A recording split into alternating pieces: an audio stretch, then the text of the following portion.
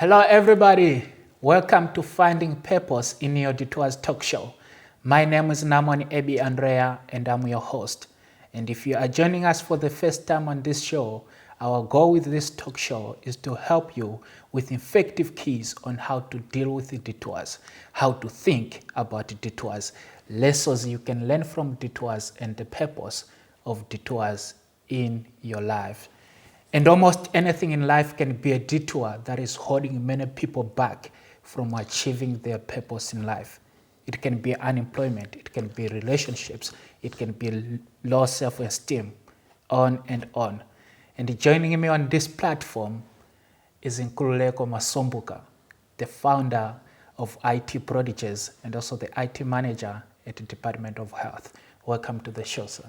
Thank you. Thank you so much. Thank you so much, sir. No, it's an honor to have you around. Yeah. Okay. So, and today we'll be talking about the impact of unemployment. Man, the rate of unemployment rate, the youth unemployment rate in South Africa, it's scary. We are now at almost 53.18%. And that's very scary. Yeah. And I want to say this, instead of us complaining, I think it's now time that we think and question ourselves deep enough. And not about what is wrong, but I think we have to question ourselves of what is going on. Yes. And how can we deal with the rising unemployment rate? Okay, so tell me, how do you define unemployment? Yeah.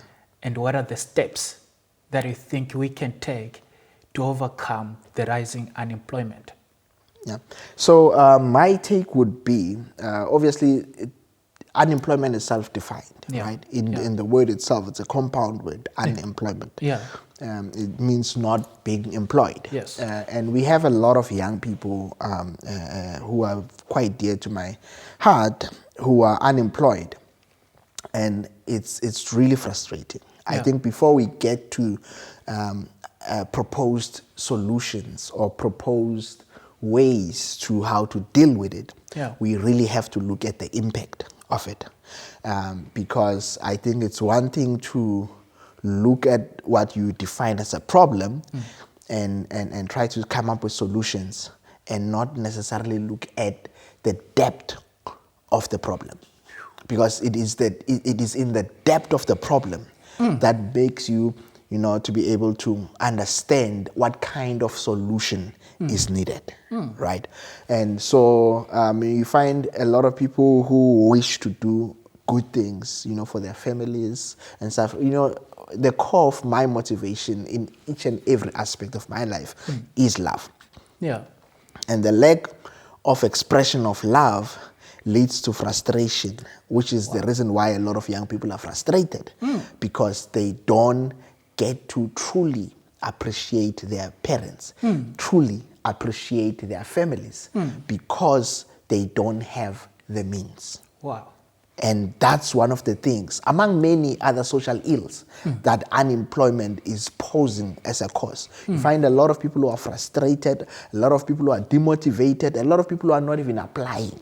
We look at stats, and I think once we define it, before we get to propose solutions, I would really want, because Abe and I actually had a conversation about this some other time, about unemployment, and then you gave me like different segments, and that's one of them that I want us to look, because you find people who are not even applying and they add up to the same stats, but then we really need to look at what is the motivation that would make someone to just not apply. Yeah. Because one thing that is frustrating, if I keep on sending application, and I don't even get a response. You see, if you are still getting we are sorry, but we regret, then that's better. It's better they send you a regret letter than for them not to even answer at all.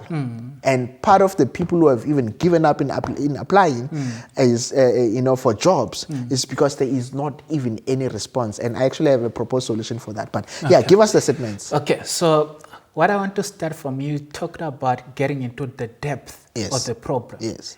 And I think what I'm going to say is, first we have to break down unemployment into 5 types of unemployment. Okay. Because we don't want to assume that we are dealing with unemployment. Okay. But we want to define which kind of unemployment we are dealing with. Right. And so it's important, I think, that we break down unemployment into these 5 types of unemployment. Sure. Because that way we know which skills to encourage per time. Okay. And also knowing what kind of unemployment we are dealing with will help us to launch initiatives that will help to tackle the rising unemployment. Yes, sir. The reason why I'm saying this, it's all up to us to fight unemployment. Yeah, that's it's not true. about government. That's profound. Can I interject? Yes, sorry, you can. And you're still coming with that. Yeah. I like what the point that is said, because we've been, and the president said something. I just hope he forgives me for what I'm about to say. Yeah.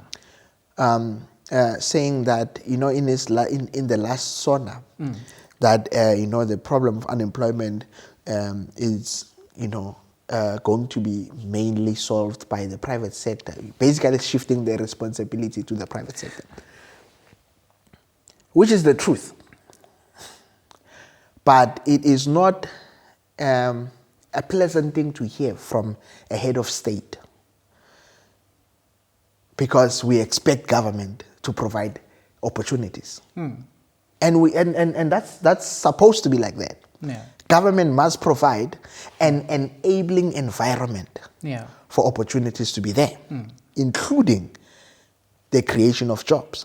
But it is not solely government's responsibility, right? The problem I have is that for many years, we've always had president after president after president coming and promising jobs. You understand my point? And if you look at the stats, according to Stats SA, since we've been in democracy, in the past, for over 20 years, I know I think 28, for over 20 years, youth unemployment rate in South Africa has always been over 50%, which means half of the youth's capacity in our population have always not been engaged in a professional employment platform. That's scary. That's really scary. Yeah. You understand? Yeah. But anyway, continue. That's one thing I just wanted us to highlight. Because it's so now when you see the problem from that perspective, then when you are sitting at home, and I'm not saying this so that you get more frustrated or you lose hope, but I am saying this so that you see things, you must clearly see what the problem is. Or that we actually have a problem.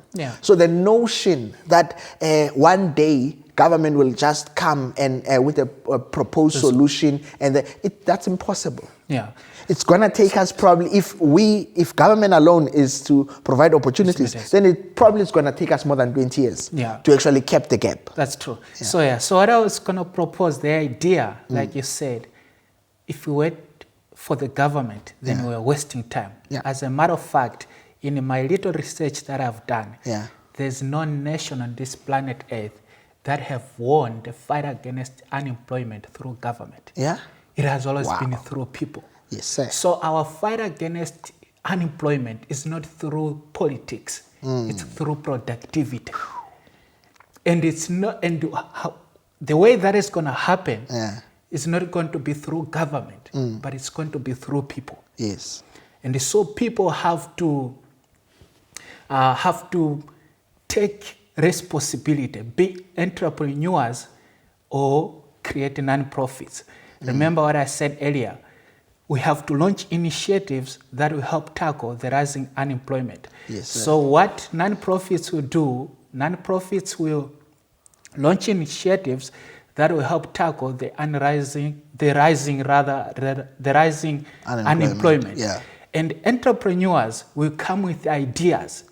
They will take those uncommon, unpopular steps that will help disrupt their industries. Yes, sir. I tell you what, America was not built by government. America was built by entrepreneurs. Wow. It was people like John D. Rockefeller, the first world billionaire. Yes, sir. People like Andrew Carnegie. Yeah. People like J.P. Morgan. Yes, sir. People like Henry Ford. Yes, sir. People like Cornelius Vanderbilt. Come on. Those are the people that disrupted their industries. And in disrupting their industries, they created opportunities. They created jobs. So our fight against unemployment, it has to come down to us. Because at the end of the day, it's not the government, it's not the politicians that struggle. At the end of the day, it has to come to us. Yeah. And we have to say, our destiny is in our own hands. Start taking those ideas. So we need to start thinking, Yes. what can I do Yes. That's profound. to impact my society? Yes. What can I do to impact my society until we come at that level? And that's why in my opening I said, it's now time that we start thinking. And not about what is wrong, but what is going on. Yeah. And what can we do exactly to fight against the rising unemployment? So we need to start thinking, create ideas. And it doesn't take money to create ideas. No. You don't need a lot of capital to create ideas. And I tell you what, people, my mentor, Sir Max Moyer, told me this. He said, no man is going to come and give you donation except you have proven your capacity. So what we have to do now is to start thinking. Your idea has to be recognized. And when I'm saying it has to be recognized, it's not that I have to see it. Yeah. But it has to show that your idea can make a difference in the society. Yes, yeah. And until you come at that stage, people, they're going to give you money. You must prove it. You must prove it that this is what I'm going to do. Yeah, that's actually profound. So I'm thinking the first step is for us, the people, to take responsibility. When you have taken responsibility, come with the ideas, and then people like you with what you are doing with IT prodigies, trying to create, to fight against the technology divide.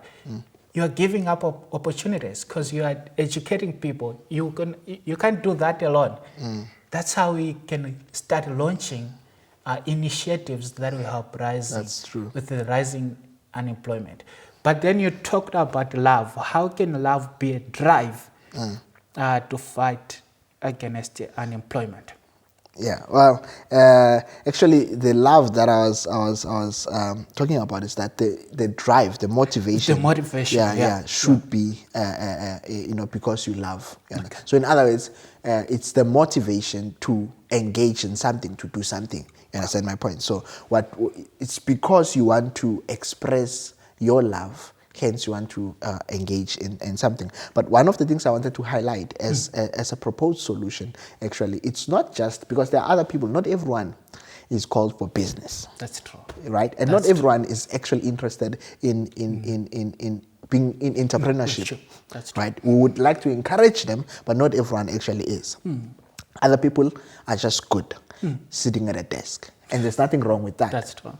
There's nothing wrong with that, right? In fact, the notion maybe I should address that just partially. The notion that young people have of saying, no, I'm going to be a billionaire. People who are, I'm going to be a millionaire. I'm going to do 1, 2, 3, 1, 2, 3.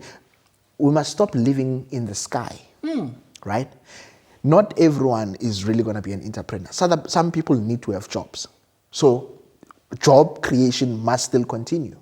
But you must always clearly see that we have a problem. The reason why I was highlighting the problem in its intensity earlier on is because I wanted people to see that the competition for jobs is now at a higher scale than it was before. Hence, I mentioned that if government is to close that gap, or even if it's private sector is to close that gap from 50% to 0% of unemployment rate, then it's going to take many years. So now you, as a young person, maybe now still studying, you need to do things that will distinguish you so that they put you at an advantage for you to be the right candidate for any institution, whether government or private, to employ you. Another thing is people need to send out actively, refine your CV Let your CV match the advert of the post that you are applying for. And then apply for it. And you must constantly apply and don't stop applying. You understand my point? Those are the things that people should look at. Right, but yeah, so I just wanted to propose that also. But entrepreneurship definitely is the way. Yeah, definitely is the way. Definitely is the way. Okay, so you talked about the idea of creating jobs, of going into entrepreneurship. I think I didn't mention the 5 types of unemployment. Yes, before we close. Before we close, yeah. So there are 5 types of unemployment, and I think this is very important. For us, we really need to understand what kind of unemployment that we are dealing with. Yeah. We can't just assume that we are dealing with unemployment. We have to know that this is the kind of unemployment that we are dealing with. Yes. So there are 5 types of unemployment. Sure. So we have friction unemployment, we have structure unemployment, then we have classical unemployment, we have voluntary unemployment, and then we have cyclical unemployment. Because of the time, I want to be able to break down each and of them. Yeah. Yeah. So cyclical friction unemployment, it happens in an economy because that's when it happens in the process where people are moving from one job to another. Yeah. And then we have structural unemployment, which happens when there's the industrial reorganization. Okay. When there's a mismatch, it's more like what we have experienced with COVID-19. Yeah. Due to technological problems. Yeah. Because structural unemployment is caused by a mismatch of skills between what the workers can offer and the skills that the employers needs. So we need to come to break down unemployment into these 5 types. And when we have recognized that, then we can also encourage our students, those in universities. Look, guys, at this stage, this is the kind of unemployment we are dealing with. Or we can go then to, what do we call these colleges that encourages skills. Look, at this stage, this is the kind of unemployment we are dealing with. And also we can go to non-profits that are helping to fight against unemployment. Launch initiatives at every stage that can help fight against the type of unemployment that we are fighting with. Actually, I wanted to add something there. With NPOs, non-profits, where they can come through, right? And this is a conversation. This is a discussion. There would never be enough time to actually discuss this because the problem has been there for many years. But we are just opening a conversation. We are just provoking thoughts. You know? NPOs, for example, how they would come in among, besides having a structure. Look, I once proposed this to a political organization, youth political organization that I was at that time asked to join back at a place. I'm just being politically correct now, right? And I said to one of the leaders there, like, why don't you guys because we've got a lot of young people in the community who are unemployed, right? And let's have businesses, but besides that, let's have NPOs. Go to Department of Social Development, register an NPO. After you register an NPO, draft, with the whole process, they'll help you. They'll help you with the constitution. They'll help you with this. Just go to social development with 3 people and say, we want to open a non-profit organization. They will help you. Once that is done, the document is ready. Then have an NPO. And now from, political structure, get a lot of young people and then approach banks. The notion, and I want to put this out there and I'm challenging anyone to come and actually answer this. Why is it that banks and most big companies who are operating in rural areas or in underserved communities, why is it that their corporate social responsibility work, they do it at a national scale and not at a local scale? That's one thing that you need to question. Because if you can channel those funds from national to local, so if KFC is profiting from the money in the community, then Ed Hope must help the hospital or the crèche or the school locally, not nationally. Once we can channel those funds, then those funds can be used to fund the NPOs that we have started through these political organizations in the community. Wow. Thank you so much for that, Nkululeko. And I think our viewers have got a lot to process and to think about. So thank you so much. We are going to continue on this topic and then to share more steps on how we can win the fight against the rising unemployment. Thank you so much for joining us. We love you and stay blessed. Thank you. Thank you.